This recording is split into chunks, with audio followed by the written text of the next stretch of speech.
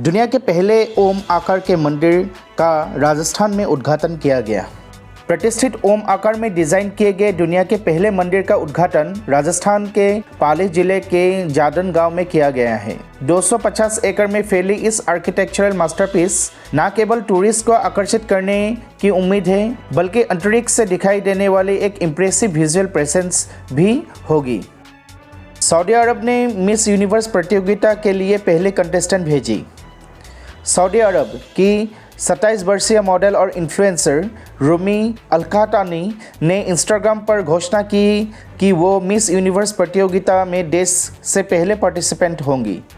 अलकातानी का जन्म रियाद में हुआ था और उन्होंने पहले मिस सऊदी अरब, मिस अरब वर्ल्ड पीस 2021 और मिस वुमेन का खिताब जीता है। यह मिस यूनिवर्स प्रतियोगिता में सऊदी अरब साम्राज्य की पहली अपीयरेंस होगी। IPL 2026 सनराइजर्स हैदराबाद ने मुंबई इंडियंस के खिलाफ रिकॉर्ड तौर 277 रन बनाए। सनराइजर्स हैदराबाद टीम ने हैदराबाद में इंडियन प्रीमियर लीग 2026 मैच में मुंबई इंडियंस के खिलाफ 277 का विशाल स्कोर बनाकर इतिहास रच दिया। इस स्कोर ने IPL में 263 रनों के प्रीवियस हाई स्कोर को पीछे छोड़ दिया, जो रॉयल चैलेंजर्स बेंगलोर ने 2013 में पुणे वॉरियर्स इंडिया के खिलाफ बनाया था। बाल्टीमोर ब्रिज पतन। बाल्टीमोर में फ्रांसिस स्कॉट की ब्रिज 26 मार्च की सुबह एक कंटेनर जहाज के तोरण से टकराने के बाद कोलैप्स हो गया, जिसके परिणाम स्वरूप नीचे ठंडे पानी में गिरने से 6 लोगों की मौत हो गई। इस घटना के कारण US ईस्टर्न सीबोर्ड पर सबसे बिजिएस्ट पोर्ट्स में से एक पर ऑपरेशंस रोक दिया गया।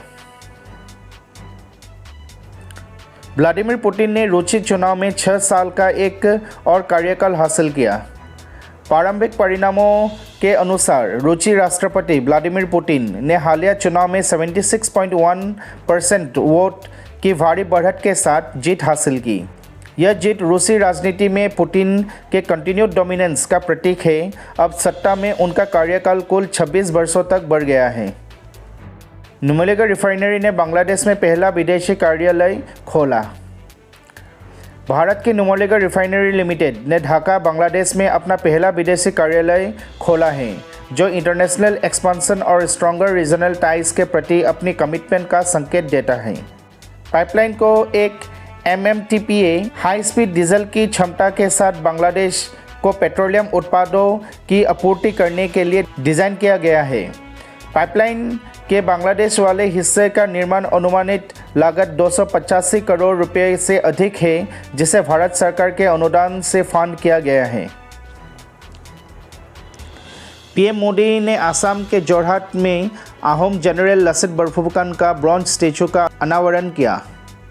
प्रधानमंत्री नरेंद्र मोदी ने ईस्टर्न असम के जोरहाट जिले में प्रसिद्ध अहोम जनरल लसित बरफुकन की ब्यूरियल साइट पर उनकी 125 फुट ऊंची ब्रॉन्ज स्टैचू का अनावरण किया। प्रसिद्ध मूर्तिकार राम वंजी सुतार द्वारा डिज़ाइन और निर्मित की गई 125 फुट की मूर्ति 41 फीट के पेडेस्टल पर खड़ी है, जिससे टोटल स्ट्रक्चर 125 फीट ऊंची हो जाती है। स्टैचू की फाउंडेशन फरवरी 2022 में फॉर्मर प्रेसिडेंट रामनाथ कोविंद ने रखी थी। लसित बरफुकन अहोम साम्राज्य के एक प्रसिद्ध आर्मी कमांडर थे। रिलायंस ने एनिमल वेलफेयर के लिए एक नेशनल इनिशिएटिव वनटारा लॉन्च की।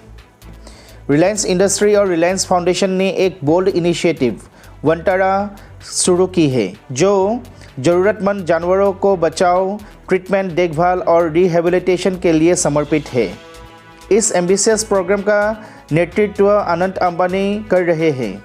वनटारा का केंद्र गुजरात में रिलायंस के जामनगर रिफाइनरी कॉम्प्लेक्स के ग्रीन बेल्ट के भीतर 3000 एकड़ के विशाल अभयारण्य में स्थित है। इस स्थान को सावधानीपूर्वक जंगल जैसे वातावरण में बदल दिया गया है, जिससे बचाए गए जानवरों को स्वस्थ होने और पनपने के लिए प्राकृतिक और समृद्ध आवास प्रदान किया गया है। अल्जीरिया ने दुनिया के तीसरी सबसे बड़ी मस्जिद का उद्घाटन किया। अल्जीरिया ने अफ्रीका की सबसे बड़ी मस्जिद और दुनिया की तीसरी सबसे बड़ी मस्जिद के रूप में प्रशंसित मस्जिद के ग्रैंड ओपनिंग का जश्न मनाया। जामा अल जाजेर के नाम से मशहूर यह मोनूमेंटल स्ट्रक्चर सिर्फ एक मस्जिद से कहीं अधिक है। यह एक आर्किटेक्चरल मार्वल और एक मॉडर्निस्ट वंडर है। ग्लोबली सबसे ऊंची मीनार 265 मीटर की विशेषता वाली यह स्ट्रक्चर 120,000 वर्शिपर्स की मेज़बानी करने की क्षमता रखती है।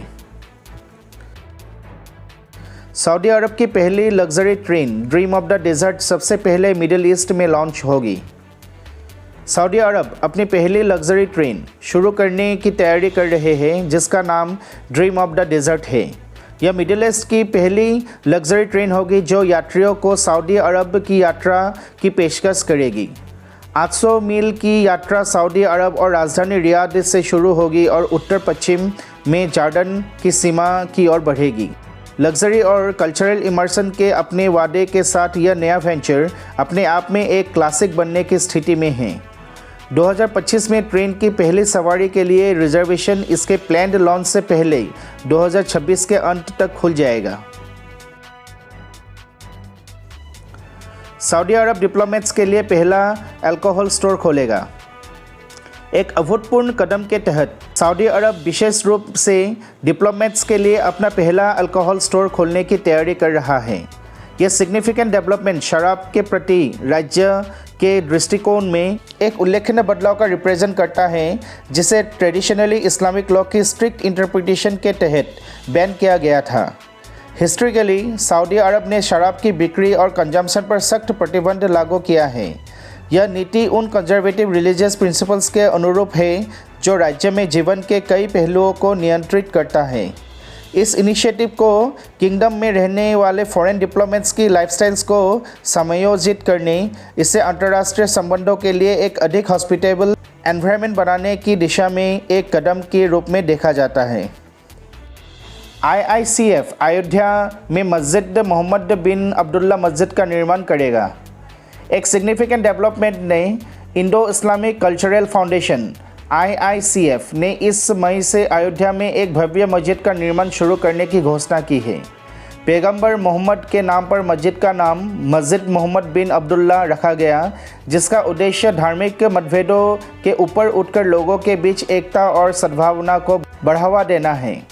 यह इनिशिएटिव उसी दिन हुई है जब प्रधानमंत्री नरेंद्र मोदी राम मंदिर के कंसेक्रेशन सेरेमनी की अध्यक्षता कर रहे थे। निर्माण के फाइनेंस के लिए IICF एक क्राउडफंडिंग वेबसाइट की स्थापना पर विचार कर रहा है। यह अप्रोच एक ब्रॉडर आउटरीच स्ट्रेटेजी को दर्शाता है जो डाइवर्स बैकग्राउंड्स के व्यक्तियों को एक शेयर्ड कल्चरल स्पेस के निर्माण में योगदान करने में सक्षम बनाता है। तो मेरे प्यारे दोस्तों, आज के वीडियो में बस इतना ही। अगर वीडियो अच्छा लगे तो लाइक और शेयर कीजिए। चैनल पे अगर नए हैं तो कृपया सब्सक्राइब भी कीजिए। मिलते हैं आप लोगों से अगले वीडियो में कुछ ऐसे ही इंटरेस्टिंग और इंफॉर्मेटिव इंफॉर्मेशन के साथ। धन्यवाद।